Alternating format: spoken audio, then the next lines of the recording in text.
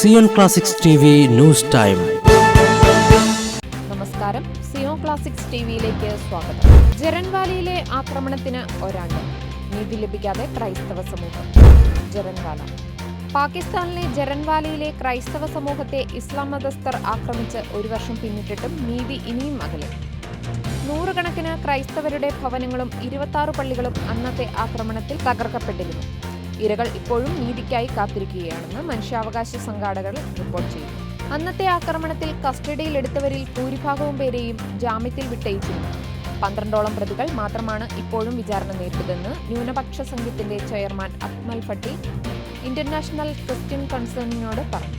2023 August 16 ലാഹോറിൽ നിന്ന് 130 kilometre അകലെയുള്ള ജരൻവാലയിൽ വ്യാജമതനിന്ദ ആരോപണത്തിന്റെ പേരിൽ ക്രൈസ്തവർക്കെതിരെ വ്യാപകമായ ആക്രമണം അരങ്ങേറിയത്. 20ഓളം ദേവാലയങ്ങളും 800-ലധികം ക്രിസ്ത്യൻ ഭവനങ്ങളും തകർക്കപ്പെട്ടു.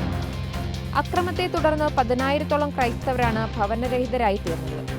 കറാച്ചി, സർഗോദ, റാവൽപിണ്ടി എന്നിവിടങ്ങളിലെ ക്രിസ്ത്യൻ ദേവാലയങ്ങളുടെ ഭിത്തികളും ഖുറാൻ സൂക്തങ്ങൾ എഴുതി അക്രമികൾ അലങ്കോലമാക്കി. ദേവാലയം അഗ്നിക്കിരയാക്കുന്നതും കുരിശ് തകർക്കുന്നതും കൊലവിളി മുഴക്കുന്നതിന്റെയും ദൃശ്യങ്ങൾ അക്രമികൾ സമൂഹ മാധ്യമങ്ങളിലൂടെ പുറത്തുവിട്ടിരുന്നു. കലാപകാരികളെന്ന് സംശയിക്കുന്ന 150ഓളം പേരെയാണ് അന്ന് പോലീസ് കസ്റ്റഡിയിലെടുത്തത്.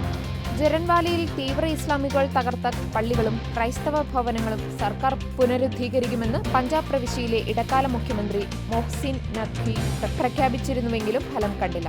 ജരൻവാലയിലെ ക്രിസ്ത്യൻ സമൂഹത്തിന്റെ തുടർച്ചയായ പാർശ്വവൽക്കരണം പ്രതിസന്ധി സൃഷ്ടിച്ചതായി ആംനസ്റ്റി ഇന്റർനാഷണൽ ചൂണ്ടിക്കാട്ടി. പിരിമുറുക്കം രൂക്ഷമായതിനാൽ പലർക്കും ജോലി നഷ്ടപ്പെട്ടു. ചില കുടുംബങ്ങൾ സുരക്ഷിതത്വം തേടി അയൽ നഗരങ്ങളിലേക്ക് കുടിയേറി. ജനക്കൂട്ടത്തെ ആക്രമണത്തിന് പ്രേരിപ്പിച്ച മതനേതാക്കൾ ഇപ്പോഴും സ്വതന്ത്രമായി വിഹരിക്കുകയും പ്രദേശത്ത് സ്വാധീനം ചെലുത്തുകയും ചെയ്യുന്നുണ്ടെന്നും കൂടുതൽ ക്രിസ്തീയ വാർത്തകൾക്കായി ഈ ചാനൽ മറക്കാതെ സബ്സ്ക്രൈബ് ചെയ്യുക.